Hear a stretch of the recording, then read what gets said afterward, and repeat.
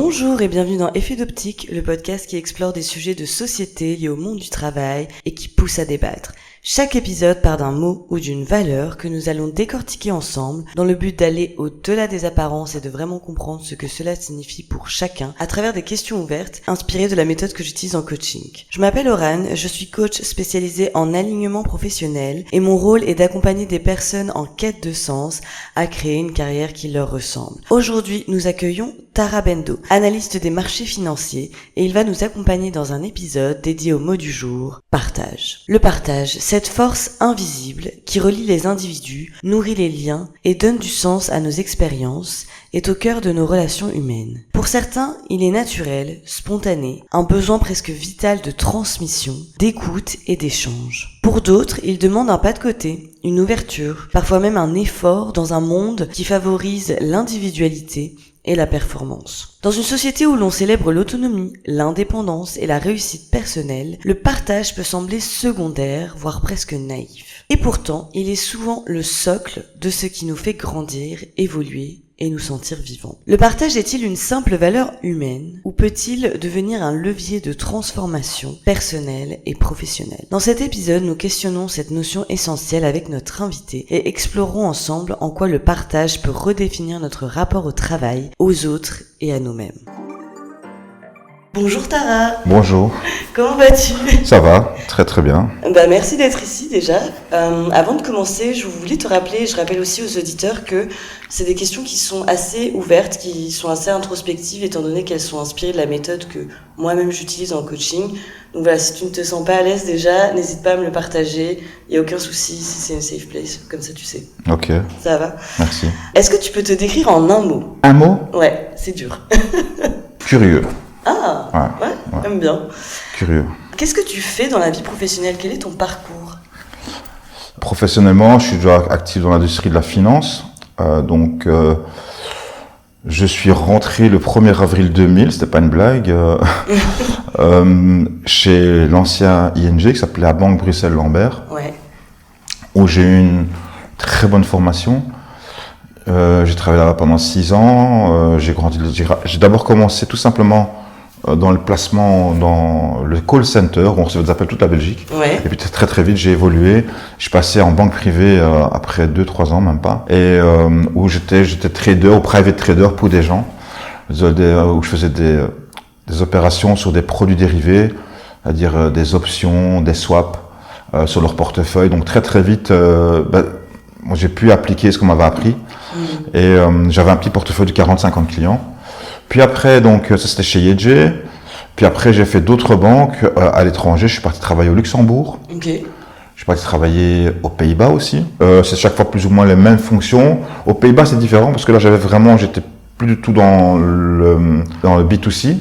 J'avais plus de clients particuliers, c'était des clients professionnels. Et donc, c'était que des gestionnaires qui avaient eux-mêmes le portefeuille client, qui étaient clients chez moi, ou des banques. Et donc là, je travaillais dans une salle des marchés à Amsterdam où je devais faire des transactions pour tous ces gens-là. Puis là, j'ai beaucoup appris je suis pas resté si longtemps, je suis resté que 6 mois à Amsterdam parce qu'en fait, le but, c'est que je revienne en Belgique appliquer ce qu'on m'avait appris pour ouvrir un bureau ici. Finalement, ça s'est jamais fait, mais les 6 mois étaient super intéressants parce que c'est une des premières fois vraiment où j'ai retrouvé dans un autre pays. Parce que Luxembourg, c'est un peu la Belgique, mais dans un autre pays, avec une autre langue. J'étais le seul de la banque qui parlait français. Donc on était 200 dans la banque, en plein centre d'Amsterdam. Et il y a une banque où il y avait 80% d'informaticiens, parce que c'était une banque en ligne, principalement. Et donc j'étais le seul francophone. On avait un plateau, donc il y avait 5 étages, il y avait un plateau avec vraiment que des banquiers. Moi j'étais donc l'avant-dernier étage. J'étais là et donc c'était super intéressant. Parce que je me trouvais dans un endroit où je devais vraiment parler néerlandais, pas le néerlandais hollandais. Oui, c'est ça. Parce que c'est pas le flamand. Exactement. Et donc c'était vraiment différent, mais c'était challenging, c'était vraiment chouette. Puis revenir à Bruxelles, puis je suis reparti au Luxembourg encore une fois aussi. Pays que j'aime beaucoup, où j'ai encore beaucoup d'amis d'ailleurs. Toujours la banque privée ou la gestion. Puis là, la dernière fois j'avais travaillé pour ABN AMRO. Là c'était de nouveau des professionnels, c'était tous des fonds, des gestionnaires de fonds. Donc des fonds qui pesaient entre 10 millions et 300 millions d'euros, qui étaient clients dans la banque, On avait dans la banque, à l'époque, sous gestion, on avait 12 milliards, 5-6 milliards chez les particuliers qui étaient en banque privée. Et puis, il y avait un petit desk professionnel, on était une quinzaine, vingtaine, et là, on avait 5-6 milliards. Oui. Et donc, moi, je faisais les transactions boursières, parce que c'était vraiment ma spécialité, c'est les transactions boursières. Ok. Voilà. Et puis, je suis revenu en Belgique vers 2016, 2015, 2016. Là, j'ai travaillé un petit peu pour la Deutsche Bank. Et là, c'était de nouveau reprendre, avoir un portefeuille client. Là, c'est la première fois que j'avais un portefeuille aussi large de 200 clients, 150, 200 clients. C'était du personnel private banking. Ok. C'était assez intéressant. On avait des portefeuilles vraiment 10 000 euros, 5 000 euros, et puis des portefeuilles de 1, 2, 3 millions. Donc, c'était marrant. C'est hyper diversifié. C'était très diversifié. J'ai appris de nouveau beaucoup de choses. Ouais. Chaque fois, c'était vraiment très intéressant. Et puis, après ça, il y avait un ami à moi qui m'en avait parlé plusieurs fois, qui m'avait dit, tiens, un jour, je vais lancer une chaîne télé d'infos. Et juste en partant de la Deutsche Bank, je pensais partir à l'étranger. Et puis finalement, je suis resté en Belgique parce on s'est revu quand j'étais en Belgique. Ouais. Et puis il me dit, tiens, voilà, j'ai lancé ma chaîne. Il m'avait dit, en rigolant, tu feras la bourse. Et puis un mois après avoir lancé sa chaîne, il me dit, voilà, j'ai lancé la chaîne, mais il y a un gars qui fait la bourse, mais c'est un journaliste. C'est pas quelqu'un du métier. J'ai dit, moi, je suis pas journaliste, je ne serai jamais journaliste. Bien sûr, ouais. C'est deux métiers complètement différents. Complètement différents. Et il m'a dit, écoute, essaye. Alors j'ai essayé, et donc tous les matins, il y avait une matinale qui était de 6h à 9h. Et la dernière rubrique, qui dure entre 3 et 7 minutes, c'était à 9h moins 5, 9h moins 10, juste avant l'ouverture des marchés. C'était moi tous les jours, je devais parler de la bourse et expliquer, tiens, comment ça allait ouvrir, quelle était la tendance, l'action du jour, pourquoi. Tiens, telle action, il y a par exemple, je sais pas moi, Ubisoft va sortir son jeu aujourd'hui, ça va avoir un impact sur le cours de bourse. Voilà, des choses comme ça. C'était assez intéressant, c'était très marrant. Au début, c'était très dur. Je partais vraiment de zéro. Ouais, c'est ça, c'est d'ailleurs différent. Ma compagne de l'époque, quand je lui dis, on m'a proposé ça, elle me dit, accepte. Puis elle me dit, quand je dis, t'as dit quoi? J'ai dit oui. Elle me dit, mais elle m'a pas dit, mais après elle m'a dit, t'es fou en fait. Parce que je me suis retrouvé devant la télé, il y avait, je sais pas, moi le matin, il y avait 50, 100 000 personnes qui regardaient, 200 000 personnes. Pas d'expérience. T'as jamais fait ça. Et c'est du direct. Alors, problème de diction, problème d'élocution, de maintien, donc toutes ces choses-là auxquelles on ne pense pas, de redondance dans le vocabulaire, les mots, pas se perdre, avoir un fil conducteur, un narratif, pouvoir capter l'attention des gens. Puis en plus de ça, la bourse c'est quelque chose de assez, pour les gens en tout cas qui connaissent pas ou le commun des mortels, assez lointain, et j'essaie vraiment de les prendre avec moi dans mon univers. Ouais, c'est ça, il faut vraiment vulgariser pour que les gens comprennent un petit peu. Exactement, c'était vulgarisé. Alors c'est pour ça qu'au début j'étais assez technique, et puis finalement je me suis rendu compte qu'en fait, pas besoin d'utiliser ce mot technique. Je pouvais expliquer des choses très compliquées ou qui semblent compliquées de manière très simple, et les intéresser, les prendre dans mon monde en fait. Et le mieux, c'est de parler d'actions que tout le monde connaît, les plus connues. Quand je parle de Nike, tout le monde, les yeux s'ouvrent. Ah ben oui, Nike, ça je connais. Je parle de Basic Fit, on connaît. J'y vais, je suis client. Et quand on parle des problèmes de Basic Fit ou de Nike, les gens comprennent directement. Idem quand je dis, le meilleur babysitter du monde et le plus grand babysitter du monde, c'est Disney. C'est vrai. C'est Disney, oui. Tout le monde a Disney. Ça parle à tout le monde. Parce que tout le monde quand on a des enfants de 1 à 5 ans, on met un film Disney et alors on a la paix. Donc c'est des choses très très simples, mais en vulgarisant comme ça, les actions deviennent très simples. En fait, la bourse devient très simple. Trop bien. Et qu'est-ce qui t'a poussé justement à faire tout ça? Bon, là, tu m'as dit que tu avais eu une opportunité, mais qu'est-ce qui te drive comme valeur au quotidien et qui te pousse à continuer à faire ça, à informer les gens? En fait, au début, je faisais une chronique, et après, on m'a demandé comment tu dois évoluer dans la chaîne, mais je faisais pas que ça, mais je travaillais pas mal. En tout cas, c'est la partie visible de l'iceberg, et c'est une énorme visibilité. Je les remercie beaucoup d'ailleurs m'avoir donné cette chance. Ce qui est très très bien, ça me permet moi de partager au plus grand nombre ce que je vois et des informations. Une information, si elle ne circule pas, elle n'a pas de valeur. Elle n'a pas de valeur. Je la vois, mais si je le dis pas aux autres ou si les autres ne le savent pas, il faut d'abord la vérifier. Est-ce qu'elle est pertinente ou pas? Son efficacité, sa plus-value, et puis la partager. Et là, les gens disent, ah mais j'ai écouté, j'ai appris quelque chose, ou c'est intéressant. Et c'est ça qui est chouette. Et donc, c'est dans le partage. Et en quoi c'est important pour toi, justement, de partager au quotidien? Qu'est-ce qui te pousse à partager autant? Parce qu'il y a des gens, c'est pas forcément ça qui les drive, tu vois. Déjà, c'est ma passion. Et en fait, quand on est passionné, la meilleure façon de le faire ressentir, c'est de le partager. Moi, ça m'a toujours vraiment impressionné la façon dont quelqu'un qui est passionné et qui adore son métier, il fait pas pour l'argent, il le fait parce qu'il dit toujours, j'ai la chance, on me paye pour faire ce que j'aime. Un footballeur, un jour comme ça, je me rappelle, c'était il y a très très longtemps, il y a plus de 25 ans, mon frère et moi, on décide de partir, un de mes frères et moi, on décide de partir en Égypte. Et je dis, écoute, moi, je pars sur ce bateau avec toi, moi je m'en fous des pyramides, je m'en fous des excursions, je vais sur le truc, c'est cocktail, soleil sur le bateau, je veux rien savoir. Ouais. Et il y avait deux groupes, parce que c'était une croisière avec des Belges, il y avait évidemment les néerlandophones et les francophones. On était, grosso modo, 85 néerlandophones et 15 francophones. 85, ouais, c'est ça. Et puis, en fait, il y avait deux guides, il y avait trois guides. Il y avait les guides anglophones pour les néerlandophones et le guide francophone. Et le guide francophone, c'était un jeune gars qui avait 35, on avait plus ou moins cet âge-là, 30-35 ans, et qui avait voyagé. C'est très important. Il avait beaucoup voyagé, c'est un Égyptien, très cultivé. D'ailleurs, il avait une copine, je crois, au Sablon, qui était antiquaire, une Suédoise, et il était revenu, il avait été aux États-Unis, il avait rencontré les joueurs de NBA, enfin, il avait 35 ans, mais j'avais besoin de 3 vies. Et il dit, voilà, les gars, bien terre l'excursion, on va faire ça, il y a Luxor, ceci, cela, et puis, ok. J'avais déjà été, quand j'étais plus jeune avec ma mère dans l'Égypte. Et donc, cet égyptologue, parce que c'était pas un bête guide, c'est un égyptologue, il arrive à nous convaincre de partir à la première ou deuxième excursion, donc je vais avec lui quand même. Et alors, les hiéroglyphes, la façon dont il en parlait, j'ai fait toutes les excursions. Parce que c'était passionnant. Oui, c'est ça. C'était pas, il passait pas devant comme ça, non. On voyait ses yeux briller. Et j'avais envie moi de dire, j'ai envie d'apprendre à lire les hiéroglyphes. Tellement c'était intéressant. Et la façon dont il nous expliquait très simplement des choses qui étaient finalement, parce qu'il a étudié pendant des années pour faire ça. Et ça, c'est ça, un passionné. C'est vrai. C'est quelqu'un qui est passionné, on sent son amour et on a envie.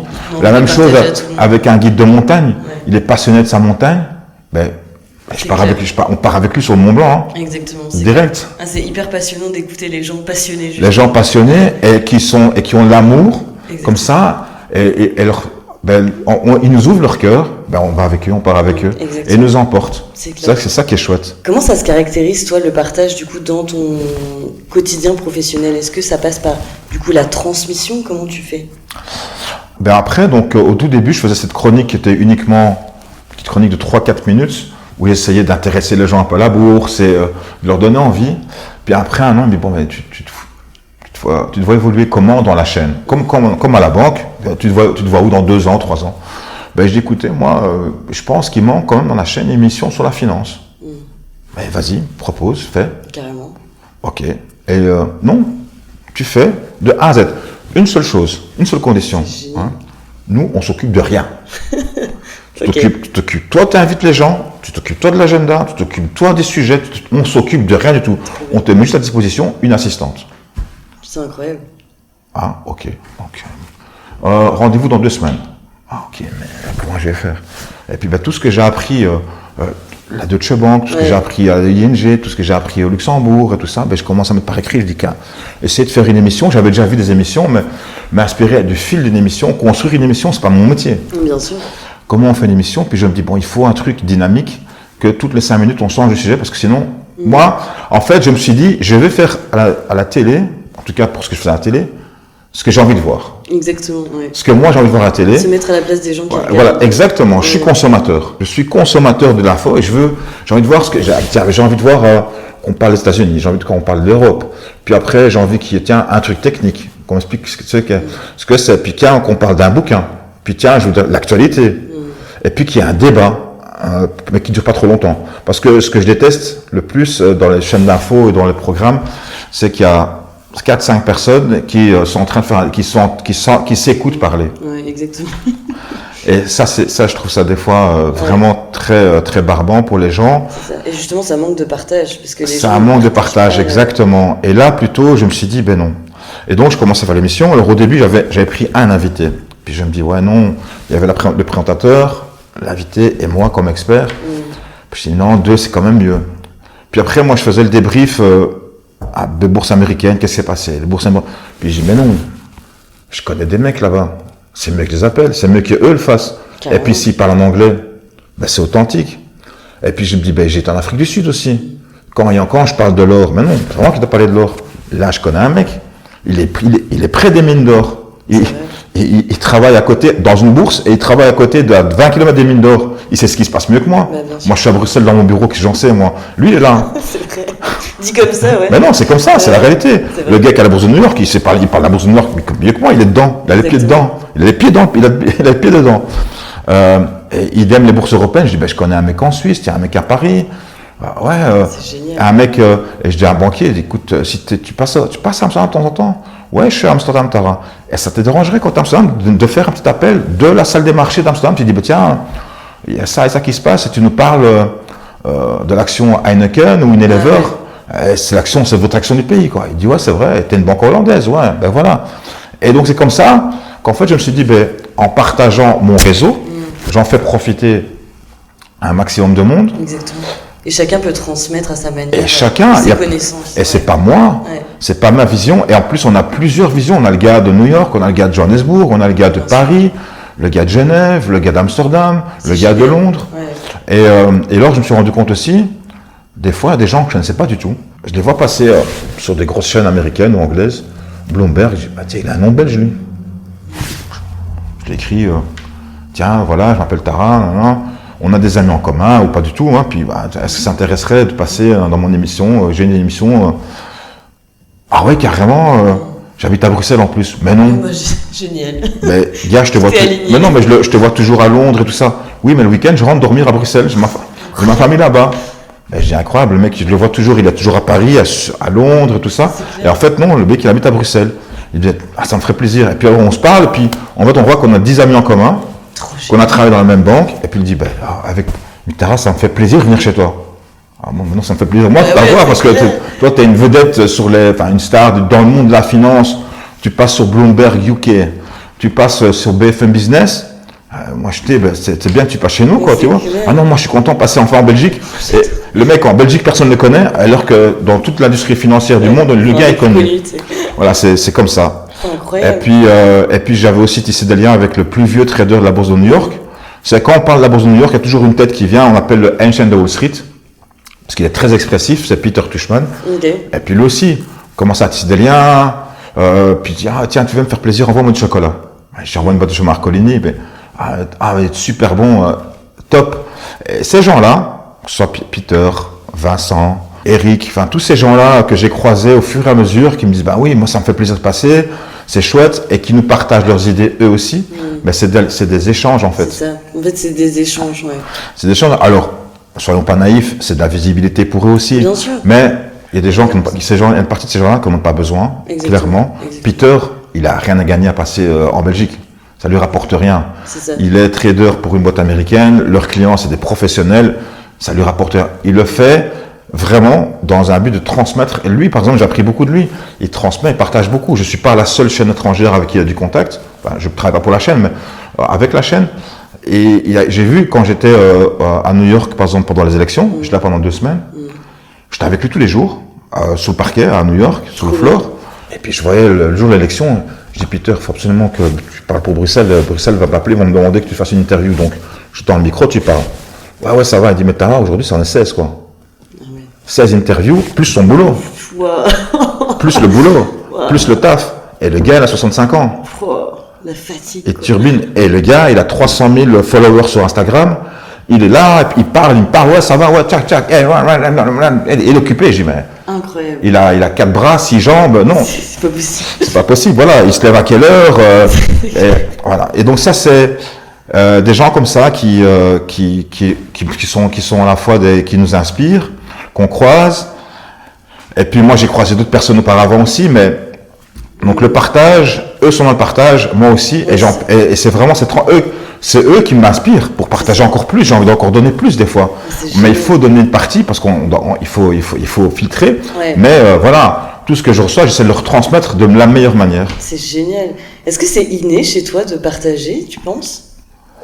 Alors, inné, je pense que j'ai été éduqué dans le partage. C'est un peu d'éducation, une partie de l'éducation dans la famille. Je pense que c'est important. Bien sûr. Alors, des fois, on dit, tiens, est-ce que les gens qui sont pauvres ont plus de sens de partage que ceux qui ont tout? Alors, on dit toujours, c'est dans l'adversité que naît la solidarité.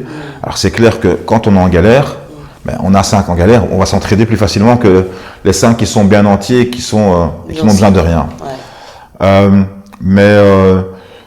Oui, il y a une partie innée, certainement, à mon avis, et puis une partie, certainement, d'éducation, clairement. Voilà. Donc, dans la famille et l'éducation et les proches, l'encadrement familial, oui, clairement. Est-ce qu'il y a justement eu des événements dans ta vie, ou pas forcément, qui t'ont poussé à toi-même partager maintenant? Alors oui, quand j'étais tout petit, j'avais 12 ans, j'étais dans une école primaire. Un jour, ma mère m'avait dit, écoute, voilà, on a une convocation chez le directeur.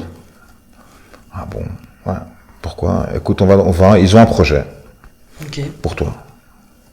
6e année, secondaire, primaire, à 12 ans, un projet. Et puis on rentre dans le bureau de directeur, il y a un monsieur qui a 60 ans. Je dis, qu'est-ce qu'il veut, celui-là? Et le directeur, il commence à me parler, mais j'avais 12 ans, je me rappelle encore de ce bureau comme si c'était hier. Et grosso modo, il dit, voilà, ce monsieur est au Rotary Club. Moi, je sais pas ce que c'est le Rotary Club. Un service club, des gens qui sont un peu... Après, des gens avec de l'argent. Et dans ce Rotary Club, ils ont une commission jeunesse. Et donc, ces gens, il y en a qui ont de l'argent, il y en a qui ont de l'argent et du temps. Il y a 2 choses très précieuses dans la vie qu'on ne peut pas acheter. C'est la santé et le temps. Et il dit voilà. Et lui, il a du temps. Et cette commission jeunesse, chaque année, ils choisissent un enfant ou 2 enfants dans lesquels ils croient et ils veulent s'occuper. Et ce monsieur sera ton parrain. Et dans l'école, l'élément dont on pense qu'il y a un potentiel, c'est toi. Waouh. Ah, ok, bon. Moi, je me rends pas compte de la chance que j'ai. Bien sûr, à cet âge-là. Voilà, j'ai 12 ans, je me dis, c'est quoi ce vieux là, qu'est-ce qu'il me veut? Je me dis, il y a quand même un truc à peut-être, sois un peu curieux quand même, je suis quand même curieux, je dis, ça t'intéresse? Ma mère, elle me dit, ok, oui. Ma mère, on est en galère, on est à Gare du Nord, dans les années 80. On est Gare du Nord, les années 80, la Gare du Nord, les années 80, c'était Bagdad. C'est vrai. La tour de la Bellefus, la tour Proximus n'existait pas. C'était un chantier. Ah ouais. Moi, j'ai roulé au BMX sur les chantiers de la tour Proximus. Oh, putain, c'est chaud. Il n'y avait rien. Il y avait juste le WTC et c'est tout. Le parc Maximilien, il n'y avait pas d'arbre quand moi j'étais là. Il n'y avait rien. Il y avait juste une balançoire. La balançoire, c'était quoi? C'était un trépied avec un pneu et une chaîne. Non, c'est une blague. C'était ça. Donc, on était dans les logements sociaux. Ok. Ma mère célibataire, on était 5. Voilà. Je dis, ok, ça va. Donc, à cette époque, on n'était pas 5, mais on était déjà 4. Ouais. Et t'as dit, vas-y, fonce. Et donc, on est là, et puis moi, je dis, ok. Et puis, ce monsieur, donc un week-end sur 2, venait me chercher. On habitait dans les logements sociaux. Ouais. Il venait me chercher, il venait me chercher moi. Et puis, il m'amenait chez eux. Des fois, je dormais chez eux, des fois pas. Ils avaient une maison de maître à Hucle-le-Forêt. Ok. Près du parc du Den. Et donc, sa femme, qui vit toujours, lui est décédée, mais sa femme vit toujours, que d'ailleurs je vais toujours visiter. Elle a 93 ans maintenant, Nicole. Ah ouais. Et donc, lui me prend sous son aile et il commence à me prendre un week-end sur 2. Je pars avec lui. En fait, il avait 2 filles qui étaient 10-15 ans plus âgées que moi. Il n'a jamais eu de fils et c'était un peu son regret. Et sa femme ne souhaite plus avoir d'enfants. Et donc, il s'occupe un peu de moi, Pierre Deveau.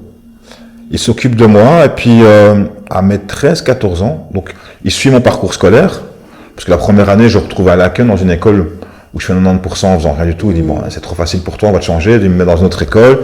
Ah ouais. Il paye l'uniforme et tout ça, donc il aidait ma mère financièrement. En tout cas, pour tout ce qui était scolaire, il s'en occupait. Incroyable. Et puis mon premier écho de la bourse, je l'ai en main à 14 ans. C'est vrai? Et il me dit, voilà, tu connais la bourse? Non. Puis il m'amène, je suis du côté de la bourse.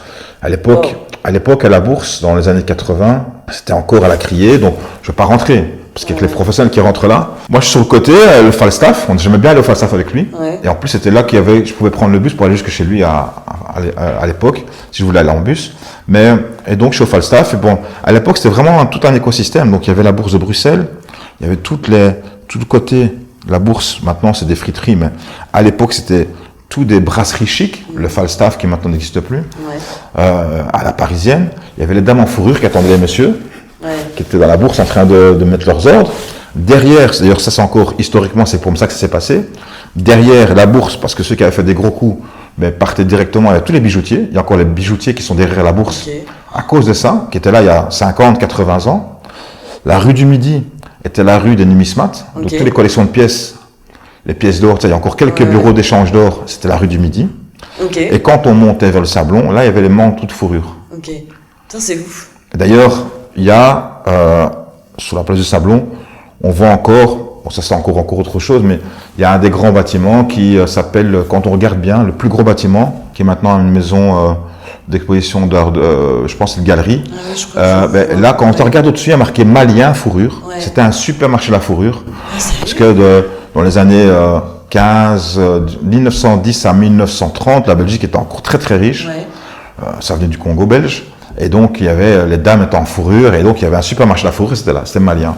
Et donc, toute cette histoire-là, c'est un peu lié à la bourse. Mais voilà, et donc moi j'étais là tout petit, et à 14-15 ans, j'étais chez Falstaff en train de manger ma glace sur le côté, en train d'attendre mon parrain, et m'a fait mon premier écho de la bourse, donc je l'ai eu à 13-14 ans. Et ça m'a interpellé, et c'est comme là que j'ai commencé à m'intéresser à la bourse. Puis quelques années plus tard, j'ai lu un autre livre, Les possédés de la bourse ou de Wall Street, je crois, ou les dingues de Wall Street, je sais plus. J'en ai parlé il y a pas longtemps, en plus dans un podcast, le podcast de l'écho. J'en ai parlé. Les dingues de Wall Street, je crois, où c'était plein d'histoires, de petites suites, mais des histoires vraies, sur toutes des histoires qu'il y avait eu à l'époque à Wall Street dans les années 80. Putain, c'est génial. Et qu'est-ce que tu faisais avec ton parrain? Enfin, il te faisait faire quoi? Alors il prenait, alors déjà, par exemple, maintenant, au mois de mai, voilà, maintenant c'est typiquement la période où je sais que le dimanche, un dimanche au mois de mai, eh bien, on regardait Roland Garros, la finale. Ah, c'est chouette. Alors, sa femme faisait un steak frites, ou les premiers Waterloo, c'est elle qui les mangeait, enfin celle qui les faisait préparer. Ils avaient un appartement à Knock, Bergen. Moi déjà, partir à la mer, juste une info. À l'époque, nous, quand on voulait partir, il n'y a pas d'argent. Donc quand j'étais petit, ma mère elle a dit on va partir au Sahara. Ma mère, donc moi j'avais 5 ans, mon frère 6 ans et moi mon frère 5 ans. Sac à dos, autostop. Donc elle prend l'avion et puis après on part au Sahara, autostop. Tu veux partir à la mer? On va partir à la mer. On était 3-4, pas d'argent.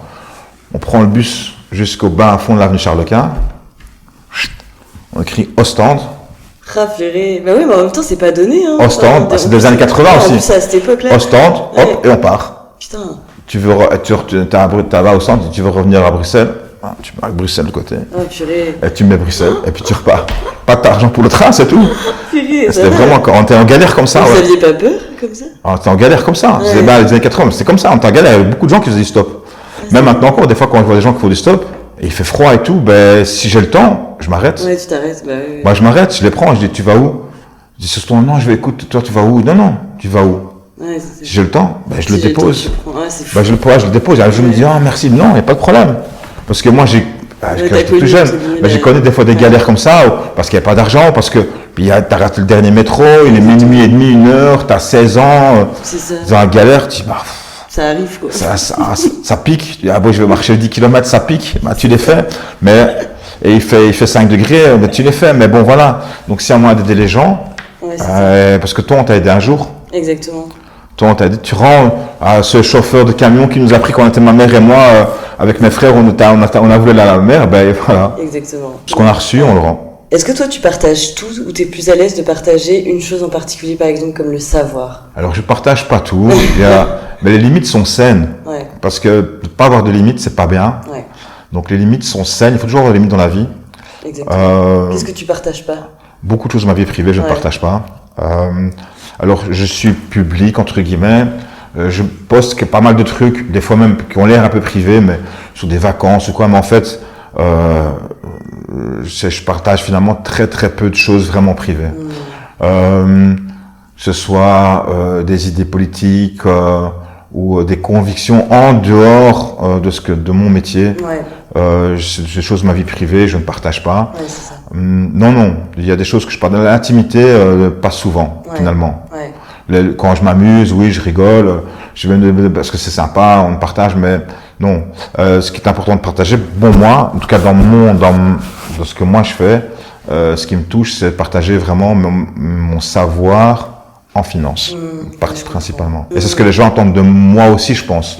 En tout cas, du personnage qui a été écrit. Parce que il y a rien à faire. C'est ce que me disait mon ami qui m'avait engagé chez l'N24 à l'époque, m'avait dit, tu crées un personnage qui n'existe pas, ça s'appelle Monsieur Bourse en Belgique, pas en Belgique francophone, et tu dis, c'est comme ça. Comme il y a une Madame Météo, c'est avant qu'elle atteigne, voilà. Et maintenant, il n'y avait pas ça, entre guillemets, donc j'ai créé un personnage, mon personnage, parce qu'on est dans la vie publique, on est tous un peu un personnage. Bien sûr. Voilà. Et donc, c'est ce que les gens attendent du personnage, on va dire. Exactement. Mais je suis une personne, et pas un personnage. Et tu vas séparer, du coup, complètement ce personnage de ta vie personnelle.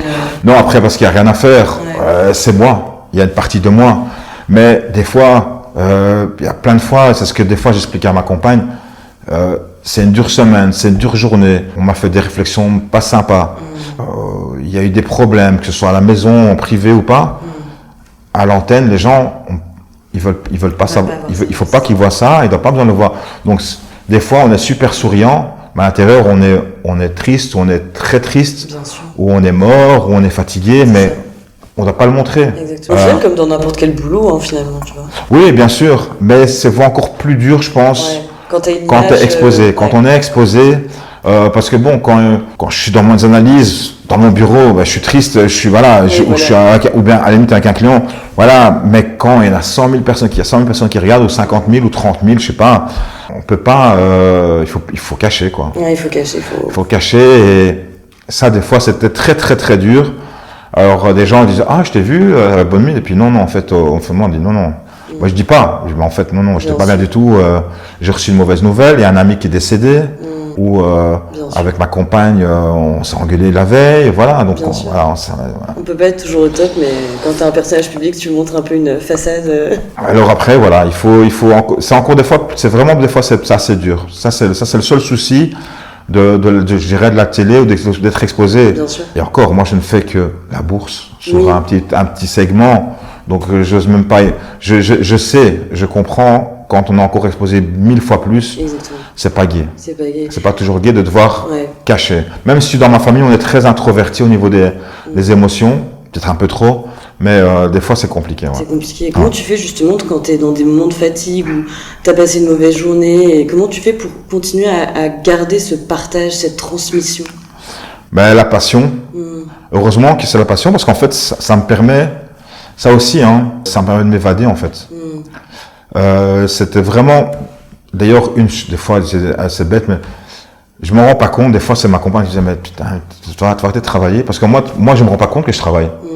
Oui, c'est ça, c'était passionné. Parce que je suis passionné. Donc, je suis là sur mon téléphone, et je suis pas sur Instagram. Je suis sur LinkedIn en train de lire ce qu'un autre banquier a marqué. Puis, je lis un rapport d'une banque qui m'a... je suis dedans, en fait. Oui, c'est ça. Parce que je suis après des fois trop, donc des fois couper, prendre du recul c'est bien, mais je dis ça sur le Bitcoin, Bien sûr. l'Ethereum, la bourse d'Hong Kong, tu vois pas le temps passer en fait. Et puis zut, la série est déjà finie, j'étais là mais j'étais pas là. Et parce qu'en fait, je travaille, parce que tout ça, je le refiltre et je le resserre des fois aux gens. Et donc en fait, quand je suis triste ou que je suis pas bien ou quoi, préparer l'émission par exemple, Parlons Cash, l'émission que j'ai fait à la télé, c'est chouette parce que ça m'évade, ça me permet de m'évader. Et justement, j'oublie tout à ce moment-là. Et puis après, ce que les gens ne savent pas, l'émission passe à 23h par exemple, mais on a tous les intervenants, parce qu'on fait le débrief de la semaine, ça ne rentre que le vendredi à partir de 14-15h. Donc et on tourne à 19h. On a très peu de temps pour résumer, tout mettre dans la boîte. La bourse, ça m'a 5h30. Donc, en 1h30, 2h, 3h, il faut qu'on fasse tout. Et des fois, maintenant, par exemple, quand Peter y passe, je l'interroge, ça dure 10 minutes, on n'en garde que 2h30. Donc, il faut couper. Puis après, moi, je mets d'abord la vidéo dans heureusement, merci Lia, parce qu'avant, c'est moi qui écoutais. Ah, purée, ouais. Maintenant, je mets la vidéo dans un IA qui retranscrit en anglais. Puis maintenant, je prends tout, je mets tout dans un programme de traduction qui me retraduit tout. Et puis là, je garde le meilleur morceau. Ouais. Mais de nouveau, il faut le faire. Exactement. Donc, l'IA ne fait pas tout, mais ça permet d'avancer très très vite. Avant, des fois, je mettais 2-3 heures avant de rentrer, après l'émission. Ça m'a des fois. Fatigant, mais ça a flingué surtout quand on travaille trop aussi, ça que je dis, il faut mettre des limites. Les limites sont saines. Ça m'a flingué des fois des soirées en famille. Voilà. Normal. Voilà. Mais les gens qui travaillent trop ratent des anniversaires, ratent des baptêmes, des enterrements. C'est ça que je disais, les limites sont saines, savoir des fois dire non. Après le travail, moi je pense aussi de nouveau, et c'est ce que j'essaie toujours de faire ça au mieux, c'est de bien s'organiser. Si on est bien organisé, ben on peut bien gérer son temps. Oui, c'est ça. La gestion du temps, c'est la gestion du temps, c'est vraiment important. Ouais, non, mais c'est ce que je dis aussi aux coachés que je reçois moi en cabinet. C'est hyper important, tu vois, rien que d'avoir un équilibre ou perso, parce que parfois quand t'es passionné, tu te rends pas toujours compte tellement t'es dedans, t'as la tête dans le guidon, qu'en fait il faut se poser des limites. C'est hyper sain de se dire ok, là je dois arrêter pour profiter du reste aussi, de toutes nos autres sphères de... Ah ben moi j'ai mis carrément des alarmes pour m'alimenter. C'est vrai? Ouais. Sinon tu t'alimentais pas? Si, ben en fait je me dis voilà, comme je suis des fois pas un régime spécial, mais je me dis voilà, toutes les 2-3 heures j'aime bien manger mon petit truc, boire mon verre d'eau, ben voilà, et je mets les alarmes, dire tiens, et ça me dit ah, il est quelle heure? 18, ah ouais, on sait quelle heure il est. Ouais. Et c'est un petit truc que je donne aux gens, par exemple des fois, de mettre quand même des petites alarmes. Ouais, c'est ça. Toutes les 2-3 heures, dire il est midi. Ok, parce que sinon le temps passe, on se rend pas compte. On se rend pas compte. Et donc des petites alarmes sur le téléphone, ça permet aussi de dire de chronométrer, de mettre de mieux gérer son temps. Exactement. Et de dire on est là, ben là il me reste plus qu'une demi-heure et il faudra couper quoi. Exactement. Ce serait quoi un métier sans partage pour toi? Il y a des métiers comme ça où déjà quand on est isolé et qu'on ne voit personne, dont on parle et qu'on parle à personne, des fois c'est vrai. Après je ne blâme personne. Mais il y a des gens qui sont très très bien là-dedans. Il y a des gens qui n'arrivent pas à partager, qui font leur métier de manière différente, mais qui sont très très bons dedans, mais qui n'arrivent pas à partager. Oui, c'est ça. Ou qui partagent de manière différente. Oui, voilà, j'allais dire, ou qui partagent de manière différente, parce que t'en as effectivement qui font des métiers où ils sont, par exemple, derrière un ordi toute la journée, ils sont seuls devant leur écran, mais c'est leur manière de partager en fait. Un codeur, un informaticien qui fait du codage ou autre, il voit personne ne sait ce qu'il fait. Même sa femme ou son mari ne sait pas ce que la personne fait. Exactement. Donc personne ne comprend. Donc la personne fait du codage, elle fait du codage sur un programme, mais ce qui va en sortir après sera partagé. Donc mais son métier, en étant isolé dans son travail, c'est vrai que c'est compliqué. Mais après, voir son travail être utilisé par d'autres, c'est une forme de partage. Exactement. C'est un partage différent. C'est un partage différent que toi, tu vois plus dans les interactions finalement avec les gens aussi, en plus de la transmission finalement. C'est un partage différent. Par exemple, je disais, j'ai un ami qui fait les rubriques crypto dans l'émission que j'ai créée, Parlons Cash, à la télé, et il a créé la plateforme It's Me en informatique. C'est un informaticien. Alors, les gens ne le connaissent pas, mais quand il dit j'ai fait It's Me, il a partagé son savoir en fait, mais de manière, il a travaillé, il n'était pas tout seul, il y a une équipe, mais en tant que CTO, ils ont quand même fait beaucoup de boulot sans que personne ne le sache. Et maintenant, les gens sont bien contents d'avoir l'application. Bien sûr. Au final, c'est un partage énorme. C'est une transmission. Il y a des millions de personnes qui utilisent, je crois qu'on a 7 ou 8 millions. Il y a des pays, c'est pour des raisons politiques, ça n'a pas été adopté, mais comme les Pays-Bas ou la France, qui aimeraient bien avoir ce genre de plateforme qui est maintenant utilisée par les banques, les assureurs et autres. Bien sûr. C'est quoi la plus belle chose qu'on t'ait partagée? Du temps. Le temps, je pense que ça c'est donc la santé et le temps c'est précieux. Et des fois faut jamais avoir de regrets, mais des fois je m'en vais un peu parce que j'ai pris du temps à des gens où je leur ai fait perdre un peu de temps. Et ça j'espère ne plus faire perdre du temps à trop de gens. Pourquoi c'est important cette notion du temps chez toi? C'est vraiment précieux, le temps passe très vite. Moi j'ai l'impression que quand je parle de la banque chez ING, pour moi c'était hier. Des fois je vois des amis d'enfance, des potes, on se voit, on se regarde comme si j'avais 15 ans alors que j'en ai 51 maintenant. Je me rends pas compte, le temps a filé à une vitesse de dingue. C'est vrai, ça passe tellement vite. Ça passe super vite. Et quand moi j'étais jeune, on me disait ça, je disais, parce que quand j'avais 14-15 ans, je prenais ce bus, je faisais les trajets pour aller à l'école secondaire. Chaque année, je me disais, mais ça va s'arrêter quand? Ça me semblait long. Ouais, alors que maintenant, ça me semblait, une année scolaire me semblait une éternité. Maintenant, ça passe à une vitesse. Maintenant, ça passe à une vitesse de dingue. Et ça va de plus en plus vite. C'est ce que tout le monde dit. Bah oui, mais ça va de plus en plus vite à partir d'un certain moment. Ça va vraiment de plus en plus vite. Je me rends pas compte. Vraiment, c'est un truc de dingue. Et donc, vraiment, la gestion du temps, c'est hyper important. Et des fois, je vois des jeunes qui perdent du temps à l'école, parce qu'ils doublent, ils redoublent, parce qu'ils ils se lèvent trop tard, ils sont sur des Insta, des TikTok, des bêtises comme ça. Utilise ton temps, parce qu'après, et ils s'en veulent, hein. Ouais, bien sûr. On a tous fait cette erreur de jeunesse, de te passer trop de temps dans des loisirs qui n'en valaient pas la peine. Bien sûr. Mais de passer trop de temps à trouver sa voie, tu vois, par exemple, moi j'en ai plein qui passent à côté de leur vie, concrètement, parce que ils ont pas trouvé finalement quelle était leur passion, ils ont pas cherché leurs aspirations, et en fait ils se retrouvent à un certain âge où ils me disent, bah ouais, j'ai perdu tout ce temps. Alors c'est pas du temps perdu, moi je vois ça différemment, parce que pour moi il n'y a pas d'échec, c'est des expériences. C'est une expérience. Ouais. Ces expériences, ce temps qu'ils ont passé à autre chose qui n'était pas leur voie, ben, ils ont appris des choses, ils sont découverts eux-mêmes. Bien sûr. Par contre, la personne qui n'a pas vécu sa vie, elle a perdu son temps, entre guillemets, peut-être, oui. Des gens comme ça malheureux, j'ai encore entendu parler comme ça, il y avait une dame qui était malheureuse dans sa vie, privée et au boulot, et c'est seulement quand le monsieur est décédé, il lui restait 5 ans à vivre, qu'elle a pu enfin être elle-même, parce que personne ne le savait, mais c'était une femme battue, alors que le gars avait l'air sympa. Ouais. Tout le monde le prenait pour le mec super sympa, alors qu'en fait c'était une vraie ordure à la maison. Horrible. Elle faisait le métier qu'elle ne voulait pas faire, parce qu'il lui l'avait obligée. Et quand elle est décédée, tout est sorti. Oh. Elle a pas vécu sa vie, en fait. C'est horrible. Après, la jeune génération n'est plus comme ça. Oui, maintenant la jeune génération. Les gens, maintenant, au contraire, les gens, maintenant, ils changent la vie pour un oui, pour un non. Oui. Ils divorcent des fois trop rapidement. Oui. Ils se séparent, je pense, des fois aussi trop rapidement. Oui, n'essayez pas d'aller chercher dans l'adversité ou dans les obstacles plus d'amour. Mais c'est vrai.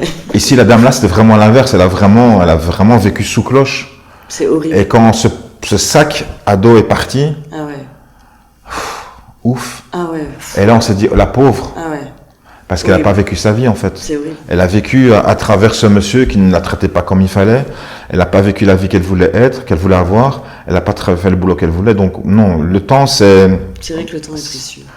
Le temps, c'est le plus précieux avec la santé. C'est vrai. Et quelle est la chose la plus précieuse que toi, t'aies partagée dans ta vie? Du temps aussi. Ouais. Du temps, aller, je sais pas moi, avec sa compagne ou son compagnon à une fête de famille ensemble. Je dis, ben voilà, on prend le temps, on laisse tomber, on met le téléphone sur silence ou sur mode avion, et puis voilà. Et puis on passe du temps ensemble. Aller voir le fils d'un ami, d'une amie, ou de son compagnon, de sa compagne, qui fait un match de tennis, ou qui a une compétition de karting. Ben voilà, on prend le temps. Moi, quand j'étais petit, quelqu'un venait me voir jouer au basket, il est venu me voir. Mais non. Le monsieur, il a pris du temps, ou la dame a pris du temps, pris sa voiture, venait juste pour te voir toi, jouer toi, à ton petit niveau de clown là, jouer à la baballe, il t'a regardé, et il a dit, allez, si t'es encouragé, et puis après il est reparti. Il a pris du temps. Il a pris du temps. Il a pris son temps pour te le donner à toi. Exactement. Il n'y a rien de plus beau en vrai. Et on ne se rend pas compte, des fois quand on est petit comme ça, toute la famille qui vient nous voir, les gens prennent du temps. Bien sûr. Ils prennent leur voiture, ils prennent du temps pour aller te voir toi, jouer à un match de basket, ou faire ton judo, ou te voir faire ton spectacle de danse. Exactement. Toute la famille vient. Exactement. C'est ça. Vous avez pensé comme les différentes formes d'amour, et il y en a une, c'est justement le temps partagé. C'est ça, le temps partagé. C'est ça que je dis, le partager son temps, je dis, tiens, voilà, il fait ça, mais je vais aller le voir. Exactement. On va l'aider. Il veut faire quoi? Ok, je crois que je connais quelqu'un. Je vais partager mon réseau. Ah, t'es DJ? Je crois que je connais un gars qui a un petit festival qui commence là, je vais pas en parler.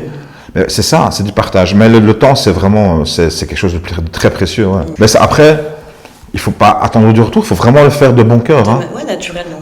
Et voilà, naturellement, faut pas se forcer. Et il faut pas le faire de manière calculée non plus. Non, exactement. faut pas rechercher quelque chose en retour, il faut le faire vraiment. Apprendre à donner. Exactement.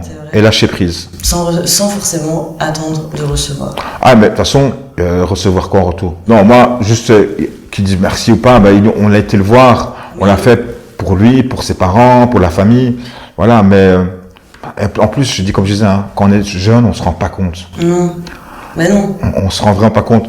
Ce monsieur qui m'a choisi, qu'on m'a désigné pour qu'il soit mon parrain du Rotary, et qui m'a suivi dans toute ma scolarité, après qui m'a aidé à l'UNIF, qui a toujours cru en moi.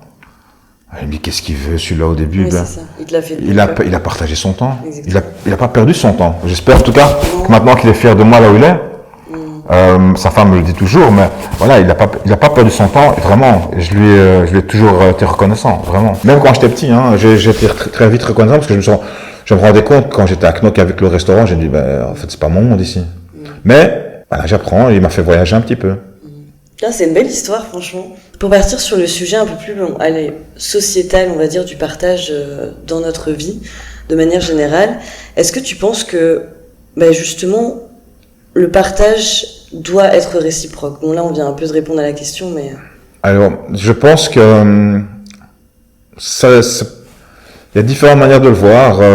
Alors ici, par exemple, on reprend de nouveau la finance dans laquelle je suis. Quand j'écris un article, j'écris des articles pour Forbes, une fois par trimestre. Il y a un Forbes qui sort. Et j'écris un article, je partage mes connaissances, j'ai pas de retour. Le seul retour que j'ai, c'est « Ah, j'ai vu votre article, c'est sympa, c'est bien, voilà. » Mais c'est très très rare. C'est des gens qui me croisent, bien cause par m'aborder, parce que souvent les gens croient que je suis pas sympa du tout. Oui. Je souris, c'est vrai que je souris pas beaucoup. À l'extérieur du boulot, je suis très tout le temps occupé, mais là je me rends pas compte, mais on me l'a dit encore il y a pas longtemps. Donc j'ai rarement des gens qui viennent me voir, mais je vois qu'il y a des gens qui me reconnaissent, mais bon, j'ai pas beaucoup de retours. J'ai quelquefois des retours par mail, des choses comme ça, mais pas du retour. La télé, la même chose. On voit pas les gens qu'on a en face de soi. Non, c'est vrai. Un prof d'UNIF, il voit ses élèves qui boivent ses paroles ou pas. Ça te manque, ça, ou pas? Oui et non. Alors, c'est parce que la télé, je dirais d'un côté, pour moi, c'est plus facile. Parce qu'il n'y a pas longtemps, par exemple, j'étais au mois de mai, j'ai dû faire une présentation pour un podcast du Tate, le journal flamand sur l'économie. Et l'introduction, c'était moi. Avant le podcast, je faisais quelque chose pour Belfius. Et donc, je partageais mes 5 thèmes d'investissement favoris. Et donc, il y a toute une salle de Kinépolis qui était remplie. Alors, c'était pas je m'exprime, ma mère est flamande. Mais bon, je ne parle pas tous les jours flamand. Avant, au boulot, oui. Maintenant, plus. Il y a 1 an ou 2, je travaillais encore des néerlandophones. Maintenant, plus du tout. Donc, on a tout un auditoire qui est devant soi. On voit la tête des gens et ils attendent. Et on voit si ce qu'on dit est intéressant ou pas. Ou si c'est barbon pas. Même s'ils sont dans le noir ou pas très éclairés, ça se voit quand même. Donc ça, on a un retour direct et des fois, c'est un peu stressant parce qu'on essaie de chercher le lien. À la télé. Oui, c'est ça. En fait, tu te prends limite moins la tête. Il y a un mur, on se dit, les gens sont contents de ce que j'ai fait. Après, quand on se revoit, on se dit, j'ai fait de la merde. Ou bien, se revoir, j'étais pas bon. Il faut se revoir. C'est très dur. C'est important. C'est très dur. En podcast ou autre, il faut se revoir. On se dit, là, j'ai pas été bon.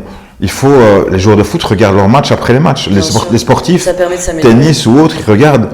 Il faut être humble aussi. Exactement. Là, je suis pas le meilleur. Je serai jamais on peut toujours améliorer des choses. Et donc, c'est ça qu'il faut se dire avec humilité. Se dire, là, c'était bien, mais on peut faire mieux. On peut toujours faire mieux. Voilà. Non, mais c'est un bon exercice de se regarder. Enfin, moi, maintenant que je le fais, je vois à quel point c'est un bon exercice pour sa propre image.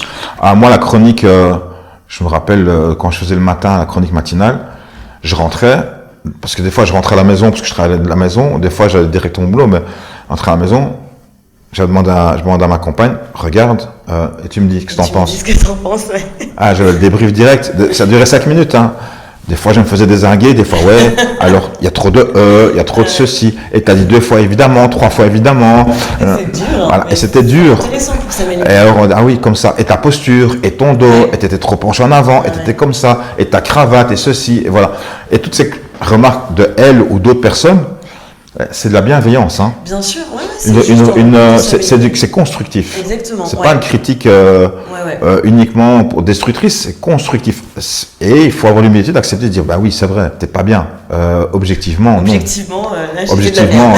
Objectivement, il y avait moyen de faire mieux, quoi, même beaucoup mieux. Ouais. Même si le fond est très bon, il y avait moyen de mieux le présenter. Et non, ça il faut se revoir. Comme les sportifs se revoient, regardent leur match.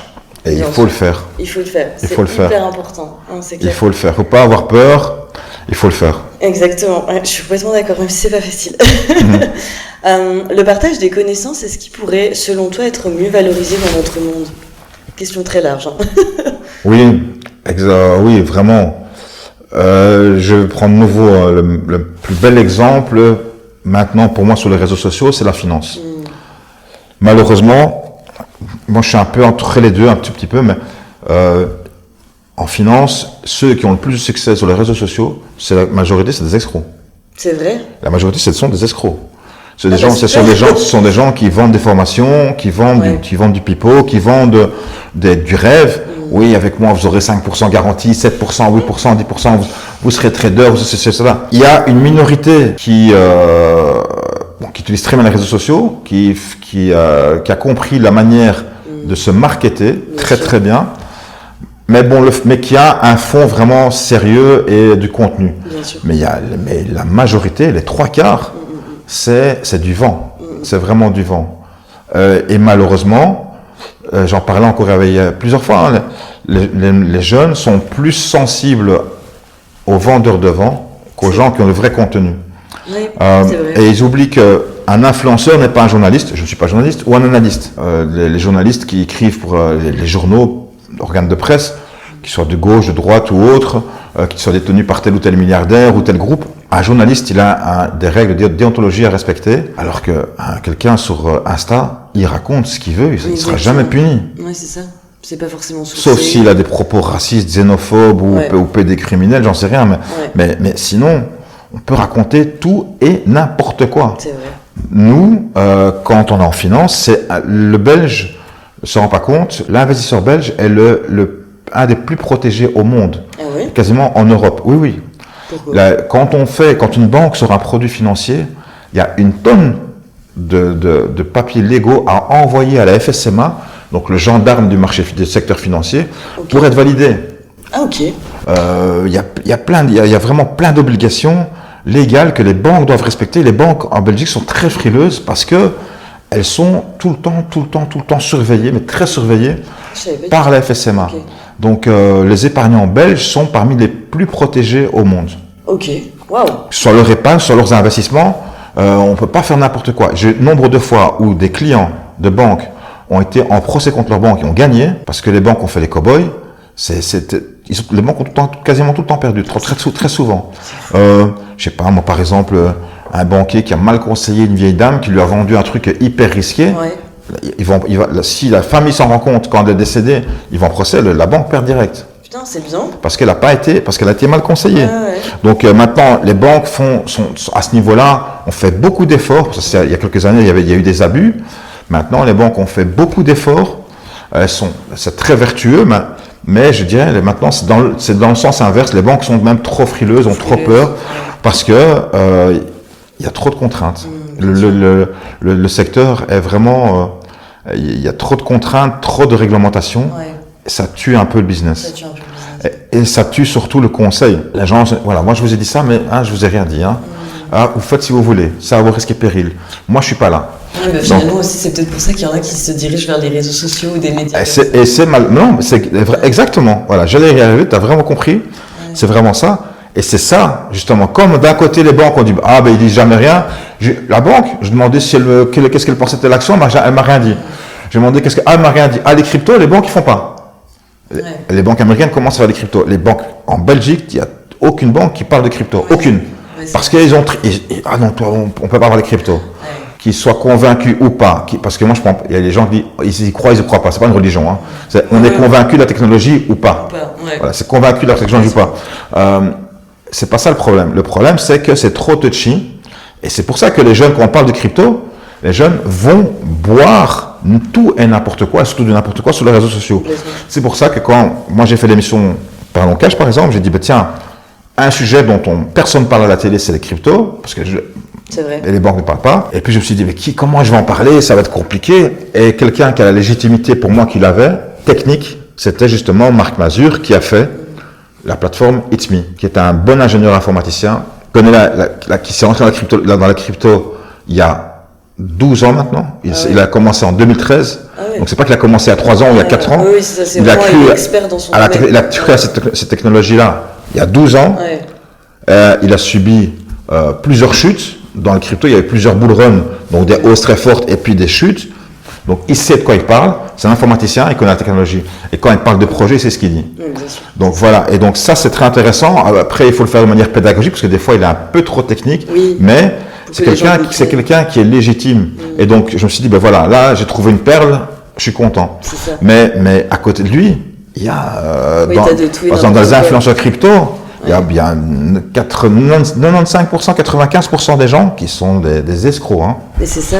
Mais est-ce que tu penses que ça a influencé la notion de partager de manière générale les réseaux sociaux? Parce que maintenant, vu qu'on peut partager tout et n'importe quoi, est-ce que tu penses que ça a eu une évolution en fait dans notre société? Oui, parce que les gens, malheureusement, confondent loisir et information et s'informent par les réseaux sociaux. Oui, c'est vrai. Mais on est tellement habitué à ça, tu vois, ma génération par exemple, et c'est un peu dommage, quoi. Moi, j'ai appris à m'informer avec des journaux. Je lisais les journaux. Quand j'étais plus jeune, je lisais les journaux. Maintenant encore, la finance, il y a des sites d'information financière.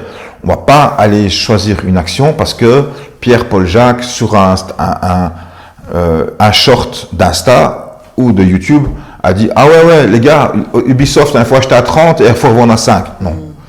Faut ça se dire, ah tiens, telle action, pourquoi est-ce qu'il parle de ça? Et faire soi-même ses recherches. Bien sûr, ouais, c'est ça. Soi-même recherche, est-ce qu'il dit?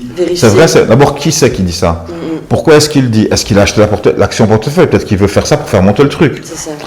On ne le sait pas. Ouais. Et qui sait, est-ce que la personne s'y connaît? Est-ce qu'elle est experte dans ce domaine? Combien d'années d'expérience elle a? Qu'est-ce qu'elle a fait avant? Est-ce qu'elle n'a pas acheté l'action, elle, avant que tout le monde achète, justement pour faire exprès pour profiter? Ah ouais, purée, j'avoue, ce serait facile. Bah non, ça s'appelle du pump and dump, ça. Donc ça, c'est puni par la loi aux États-Unis. Un trader, oui, on appelle ça pomper et puis jeter. Donc on va dans le marché, on met des fausses informations. Je connaissais comme ça des traders qui ont fait une en prison. J'ai pas des amis, mais j'ai connu ces gars-là. Ils étaient à l'époque, il y a des années, il y a 15-20 ans, ils avaient loué 4-5 PC en Espagne. J'ai vu là les filles à la piscine, et eux, ils allaient sur les réseaux sociaux, ouais les gars, il y a tel truc, ils avaient plein de pseudos différents, chacun avec 5-10 pseudos différents, ils créaient un forum, et il faut acheter l'action Intel. Ah ouais, c'est vrai, ouais, l'action pipipass.com, il faut acheter pipipass.com, ouais, achète pipipass.com. Et ça fait quoi? En fait, eux, ils font des toilettes jetables et tout. Ah non, c'est pas vrai, ouais, vas-y. Canon. Et alors, et tout le monde achetait. Et puis eux, ils faisaient mon conflit le coup, ils avaient fait une introduction en bourse pour rien du tout. Ils revendaient, donc pompaient, et puis ils jetaient. Et les gens après se trouvaient avec des actions qui valaient rien. La bourse, le gendarme américain de la bourse est beaucoup plus trash pour ça. Ces gens-là, par exemple, je connais ça parce qu'en fait, eux, la SEC, faisait des enquêtes sur ceux qui faisaient cette technique-là de pump and dump. C'était un peu comme le Wall Street. On faisait monter une action, puis après on achetait. Et avant ça, eh bien ces gars-là, les 3-4 de l'Espagne, là, il y en a un ou deux qui sont fait choper, prison de Luxembourg. Hein. Oh purée. Wow. Donc les Américains ne rigolent pas avec ça. En même temps, c'est dangereux. Enfin, vraiment, il y a des gens derrière qui croient et qui vont perdre de l'argent. Quoi. Après, le délit d'initié de la manipulation de cours, ça s'appelle la manipulation de cours. On manipule un cours de bourse. Ça a toujours existé, ça existera toujours. Et comme disait, malheureusement, je ne vais pas dire qui c'est, mais un jour, il y a quelqu'un qui disait à mon anniversaire, il y avait des gens qui étaient là, il y avait un courtier, un immobilier qui était là, qui disait, et quelqu'un disait, l'immobilier c'est dur pour l'instant. Et il disait, non, tous les jours, il y a un pigeon qui se lève. C'est horrible. C'est horrible, mais c'est comme ça. Et des fois, il faut dire, est-ce que c'est pas moi le pigeon? Oui, c'est ça. Voilà. Mais comment savoir si on est le pigeon, tu vois? on est toujours le pigeon ou le con de quelqu'un d'autre. Voilà. Oui, mais c'est vraiment ça. Donc, en finance, particulièrement sur les réseaux sociaux, les gens ne sont vraiment pas assez vigilants. Et de nouveau, à cause du fait que la FSMA, par exemple, en tout cas en Belgique, même en France, hein, en France c'est déjà différent, mais les banques sont tellement frileuses que les jeunes prennent tout et n'importe quoi sur les réseaux sociaux parce qu'ils disent, les banques, ma banque, elle me dit jamais rien. Alors ça change un petit peu. Ben, je le vois maintenant par exemple, avec Rebelle de Belfus, avec qui je travaille. Par exemple, là, ils donnent des idées de thèmes d'investissement. Alors, quelques experts indépendants comme moi, ben, je dis, moi, mes convictions, c'est ça, ça, ça ou ça, ou donnent des actions, en tout cas leurs actions favorites pour leur portefeuille virtuel. On peut dire, tiens, voilà, dans un portefeuille virtuel, c'est pas un conseil d'achat. Moi, je prendrais ça ou je ferais ça ou je ferais ça. Mais voilà, et c'est un conseil virtuel, c'est pour inspirer les gens, pas des conseils. Malheureusement, tu peux inspirer, mais tu peux pas conseiller directement. Fais ça ou ça. Voilà, moi, j'ai fait un portefeuille comme ça. Je n'ai pas l'action, j'ai pas acheté vraiment l'action pour moi. Ou bien, si on achète l'action, il faut le dire. Mais en général, si on le fait, il faut le faire pour des grosses sociétés. J'achète par exemple Microsoft, c'est pas moi qui vais faire bouger le cours avec mes amis. Donc, mais si par contre j'achète une toute petite société cotée sur Bruxelles, sur laquelle il y a 1 million d'euros de volume par jour, voilà, oui, ça risque de bouger. Mais si j'achète du Microsoft ou du Apple ou du AB InBev, c'est pas grave. C'est pas grave. Mais voilà, donc c'est intéressant. Ces choses-là, elles existent toujours. Il faut faire attention avec ce qu'on voit sur les réseaux, quoi. mais les réseaux, c'est vraiment une plaie. C'est vraiment une plaie. Alors moi, je pense. C'est bien et c'est une plaie en même temps. Moi, j'y suis un tout petit peu. Je suis beaucoup sur LinkedIn. Je vais essayer de développer mon Instagram pour la finance, mais c'est un peu compliqué. Puis Peter m'inspire aussi. Hein. Je sais pas je sais comment il fait, mais le temps, il fait tous les jours, il met un post sous-titré. Donc vous allez voir sur Einstein of Wall Street. Einstein of Wall Street, vous allez voir, il a 200-300 000 followers. Il met des vidéos avec des sous-titres, des cloches, il fait des trucs sympas. C'est rigolo. Ça attire les gens. Voilà, il faut oser le faire, il faut prendre le temps de le faire. Il faut le faire bien aussi. Oui, c'est ça. Il faut le faire bien avec des informations qui sont vérifiées, etc. Voilà. Mais lui, il le fait, donc quasiment tous les jours, il fait un post, il est sur le floor, à Wall Street, il est là, et puis il dit voilà, on est là, on fait ceci. J'en ai fait quelques-uns des fois, hein, quand j'étais là-bas. Les gens aiment beaucoup, mais il faut avoir le temps de le faire, il faut le faire bien et que ce soit avec des informations aussi. Parce que pour moi, le cœur finalement du problème, ça reste offrir du contenu intéressant. On n'est pas là pour dire, les gars, je suis à Wall Street. On s'en fout. Oui, c'est ça. Je suis pas Nabila. C'est apprendre. Je suis pas Nabila. C'est apprendre des choses aux gens. Ou bien, des fois, je disais, voilà, même si j'apprends rien sur les actions, je dis, voilà, je suis à Wall Street. Voilà, je vais vous dire un truc. En fait, l'entrée, elle n'est pas là, à Wall Street. La vraie entrée, c'est là-bas. Et au moins, tu as le sentiment d'être utile et d'informer. Voilà, j'apprends des choses. Voilà, vous savez que le plus gros œuf Fabergé, il n'est pas en Russie. Il est à Wall Street. C'est vrai. Il y a un œuf comme ça, énorme, qui vaut je sais pas combien. Et en fait, c'était un œuf Fabergé qui a été donné parce qu'en fait, ils avaient contracté une dette vis-à-vis des Américains pour le chemin de fer russe, je pense. Et donc, il est toujours resté là. C'est un œuf qui vaut, je sais pas combien de milliards, une grosse urne quasiment, un truc énorme. J'avais une photo de moi à côté. C'est vraiment, on était là deux, on disait bon, pas le toucher, pas le faire tomber. Sinon, donc, on prend tous les œufs Fabergé comme ça, mais le plus grand, il est énorme. Il est caché dans une salle du conseil d'administration. Incroyable. À la bourse de Wall Street. Merci beaucoup. Merci pour toutes ces infos. On arrive tout doucement à la fin du podcast. C'est une conclusion un peu coaching. Donc moi, la question que je vais te poser maintenant, c'est finalement, qu'est-ce que tu as appris sur ta notion du partage aujourd'hui, si tu as appris quelque chose de nouveau? L'échange. Et puis en fait, je m'en rends pas compte. Oui, mais c'est la passion en fait. Quand on est passionné, on partage, on en parle comme ça. On peut parler pendant des heures et des heures. C'est ça qui est intéressant. Je parlais de Wall Street, de la finance pendant des heures et des heures et des heures parce que ça me passionne. Et je dis voilà, tiens, ça, tu vois un tel truc. Ah ouais, ça, tu sais comment c'est né? Ah non. Par exemple, Wall Street, est-ce que les gens savent? On dit Wall Street, c'est la rue du mur. Non. À la base, par exemple, Wall Street, c'était la rue des Wallons. Les premiers colons étaient des Néerlandais et on était Pays-Bas espagnols. Et les gars, Pierre Minuit, c'est un Tournésien. Les Wallons étaient devant Wall Street en fait, le bâtiment de Wall Street. Et donc c'était la Wallstraat, la rue des Wallons. Et c'est seulement quelques années après, ils ont été pris par les Anglais et ils avaient mis une palissade, un mur, et alors, pour faire la différence entre les Indiens et les Blancs. Et donc ça s'appelait Wall Street avec le mur. D'ailleurs, il y a les traces des troncs coupés dans le sol en bois. On voit encore les piquets en bois qui sont dans la rue Wall Street par terre. Quand vous marchez à Wall Street, vous verrez des petits piquets en bois qui sont coupés au ras du carrelage. Eh bien, c'est le seul mur. Mais Wall Street, à la base, c'est la rue des Wallons. Ah, c'est fou. C'était les Wallons qui étaient là. Ah, c'est génial. Wall Street. Okay, donc voilà, mais en parlant de ça, quand je parle comme ça, voilà, toutes ces informations-là, on partage, mais c'est la passion qui parle. Exactement. Je dis, voilà, j'étais là, c'est une bêtise, hein, c'est une anecdote. Oui. Mais les gens retiennent ça. Exactement. Et je dis, tiens, il m'a partagé ça, j'ai appris un truc sur Wall Street. La transmission, c'est le partage. La transmission, le partage. Exactement. Et je crois que la transmission, des fois, moi, je me rends pas compte. Je parlais comme ça, blablabla. Puis après, je dis, oui, ça va, en fait, je suis tellement passionné. J'en parle, j'en parle. Et puis, et je sais plus qui me disait aussi, le partage aussi, c'est quand, c'est mon patron qui m'avait dit un jour, tu sais, quelque chose de compliqué, si l'autre en face n'a pas compris, c'est toi le con. C'est vrai. C'est toi le con. Si tu es vraiment intelligent, tu fais en sorte que l'autre comprenne. Voilà. Exactement. Tu fais en sorte que l'autre comprenne. C'est ça. C'est ça qui est important. Et ça, il faut vraiment avoir la modestie et se dire, tiens, mais comment je vais expliquer ce truc-là? Si eux n'ont pas compris, c'est moi l'idiot, c'est pas eux. Quel conseil tu donnerais à quelqu'un qui souhaite cultiver justement le partage dans sa vie? Commencer par communiquer sa passion. Quand on est passionné, après, on peut des fois être trop. C'est pas bien non plus. Oui, il faut avoir des limites. On peut saouler des fois les gens aussi. Ouais. J'avais fait un épisode de podcast là-dessus. Faut pas saouler les gens non plus, avec ça. Moi, je parle pas de bourse que de bourse tout le temps. Oui, la preuve. Tu as parlé d'autre chose que de bourse aujourd'hui. Ah oui, on a parlé, je crois, d'une action une fois ou deux, mais sinon, je parlais de l'environnement. Voilà. De l'environnement. Mais arriver à tirer les gens avec soi dans son monde.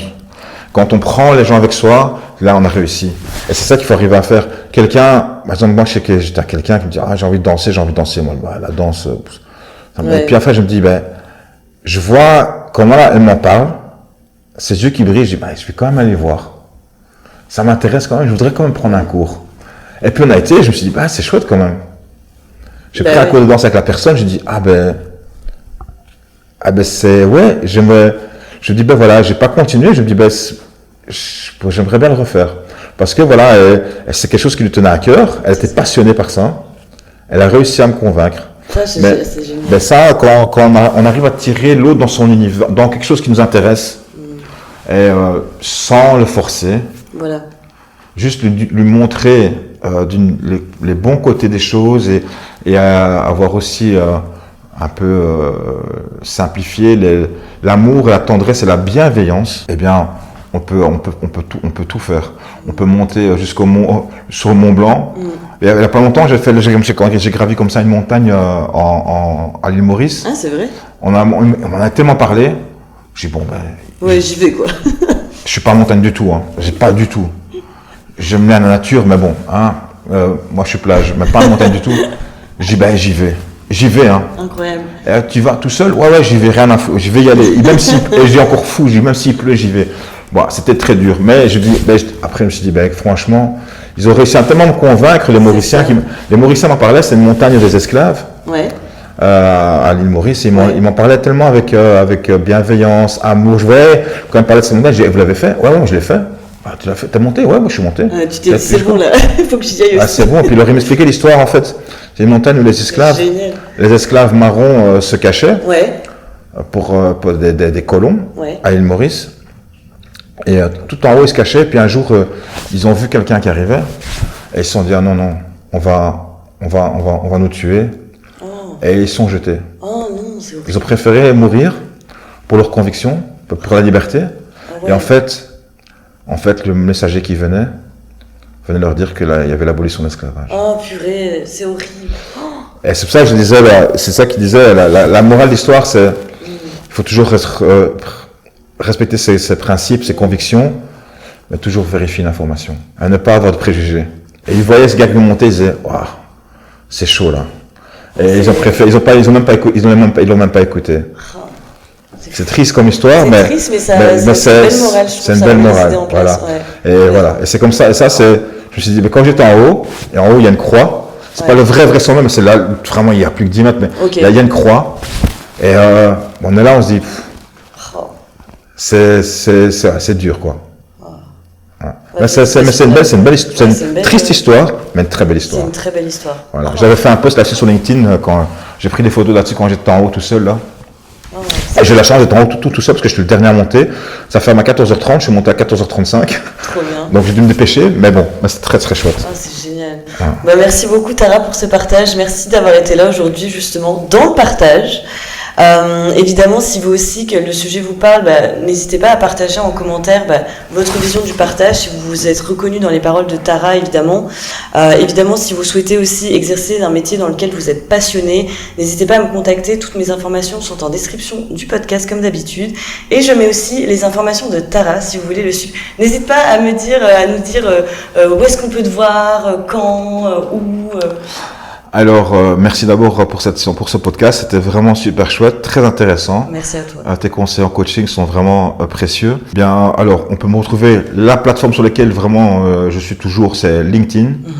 Là, d'office, c'est dans le milieu professionnel et certainement dans la finance, c'est la plateforme que je conseille d'abord à tout le monde, même pour ceux qui n'ont pas de LinkedIn. Si vous voulez voir des informations professionnelles, en tout cas en finance, l'information les plus sérieuses se retrouve là-dessus. Okay. Et puis j'ai un Instagram aussi, qui est un petit peu entre les deux, mais qui est plus... Qui va être renfloué. Qui va être renfloué, mais là c'est de la finance, un petit peu pour tout le monde, voilà. Et des trucs sympas, mais je suis pas encore full Insta. Je suis pas encore full Insta. Mais LinkedIn, il y a d'office 2-3 posts par semaine. Okay. Ouais, et alors sur LinkedIn, évidemment, ceux qui me suivent en télé, je passe à la télévision assez régulièrement, quasiment toutes les semaines sur Parlons Cash. Maintenant, la saison se termine fin juin. On reprendra au mois de septembre. Okay. Donc, je sais pas où encore et comment, mais bon, je serai de nouveau, je pense, à mon niveau à la télé au mois de septembre. Trop bien. Merci beaucoup. Merci Tara et à bientôt, à mardi prochain dans un nouvel épisode d'Effet d'Optique.